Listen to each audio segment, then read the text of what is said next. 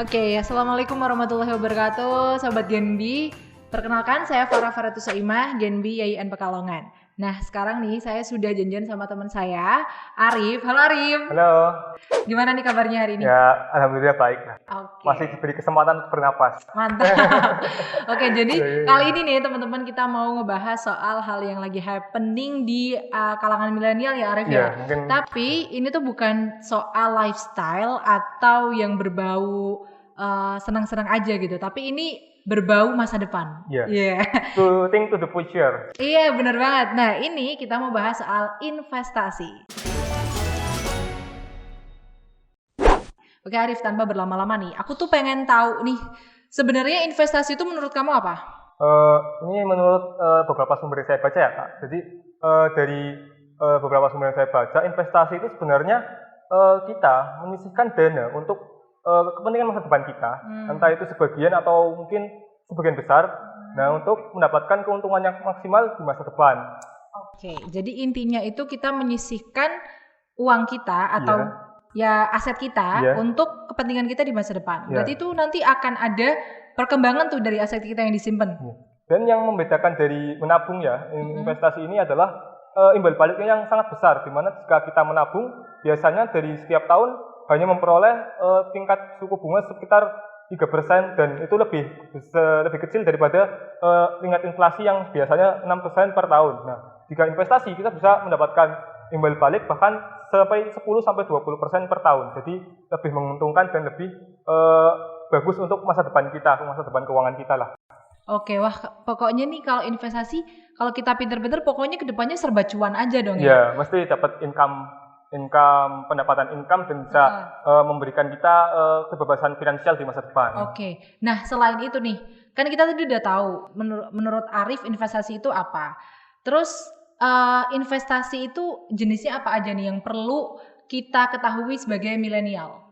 Oke Kak, investasi itu jadi ada dua jenis ya. Yang pertama ownership investment dan lending investment, di mana kalau ownership investment berarti kita menjadi pemilik sendiri dari instrumen investasi tersebut. Misalnya kita membeli saham, berarti kan kita otomatis menjadi pemilik dari perusahaan tersebut dengan memiliki saham. Owner investment, saham. Terus kalau lending investment itu berarti kita hanya menitipkan dana kita pada sebuah institusi untuk selanjutnya digunakan oleh institusi tersebut dan kita akan mendapatkan imbal balik dari institusi tersebut. Misalnya kita membeli obligasi yang merupakan surat hutang dari sebuah perusahaan, maka setiap bulannya kita akan mendapatkan bunga dari kinerja perusahaan tersebut untuk membayar hutang kita sampai jatuh temponya hutang kita.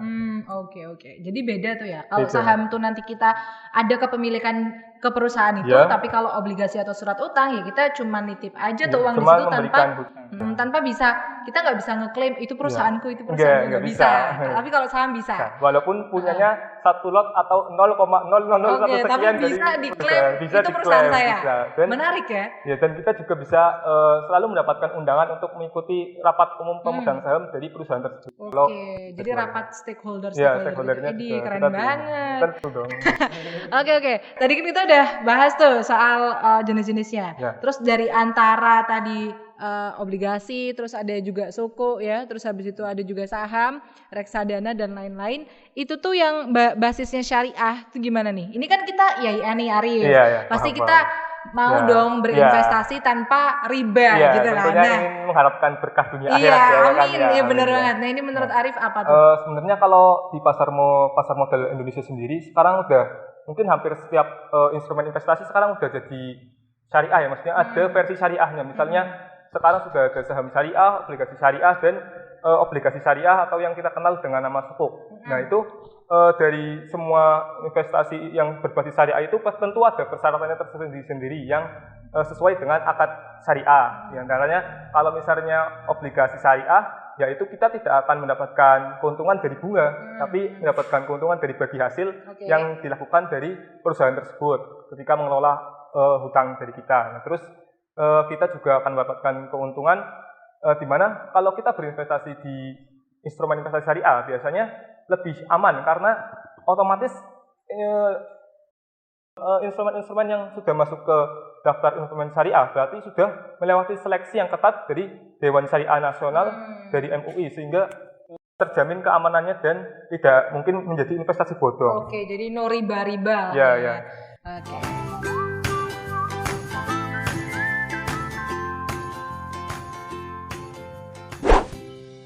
Oke Arif, tadi kan kita udah bahas nih soal ya tipis-tipis lah soal investasi. Nah, sekarang ini saya mau tahu saran dari Arif untuk mahasiswa-mahasiswa, khususnya mahasiswa YINI. Investasi apa yang paling kamu rekomendasikan untuk mahasiswa? Kalau untuk mahasiswa kan biasanya investasinya jangka panjang tuh Kak. Misalnya kita akan berinvestasi untuk membeli rumah, atau mungkin untuk modal pernikahan juga bisa. Nah, mungkin 10 tahun ke depan kan mungkin kita akan menikah, dan mungkin kita bisa menjadikan investasi atau saham kita sebagai mahar juga bisa kan. Sekarang udah banyak yang menggunakan mahar sebagai saham sebagai maharnya. Nah, itu kan investasi yang jangka panjang biasanya kan menargetkan keuntungan yang berlipat ganda. Nah, untuk mahasiswa sendiri saya menyarankan untuk berinvestasi di saham syariah.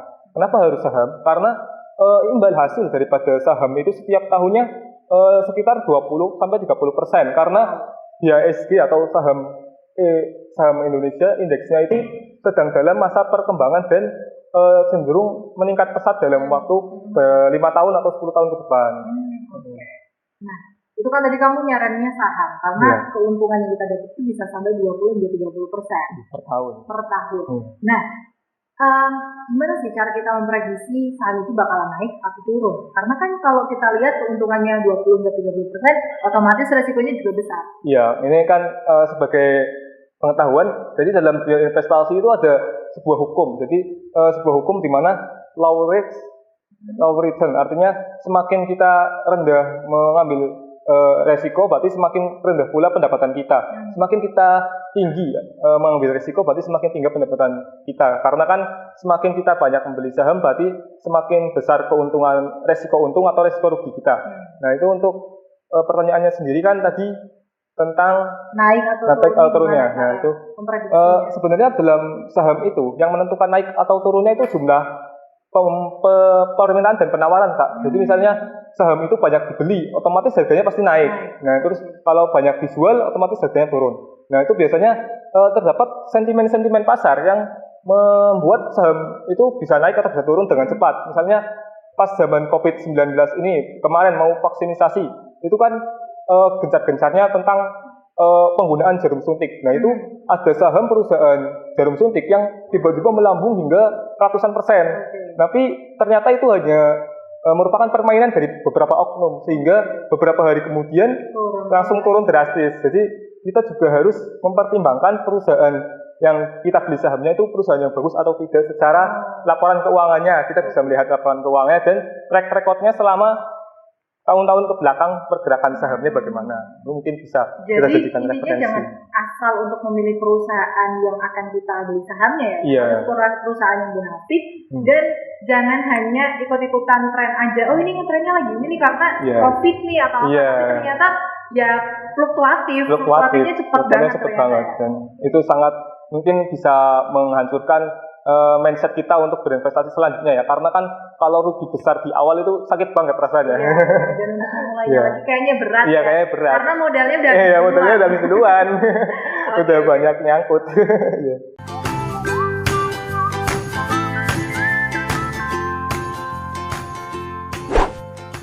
Oke Rif, tadi di belakang nih kita udah sempat ngobrol-ngobrol nih ya. Ternyata Arif ini teman-teman udah memiliki beberapa saham di perusahaan dalam negeri, kayak misalkan sudah muncul, RI dan juga El Nusa.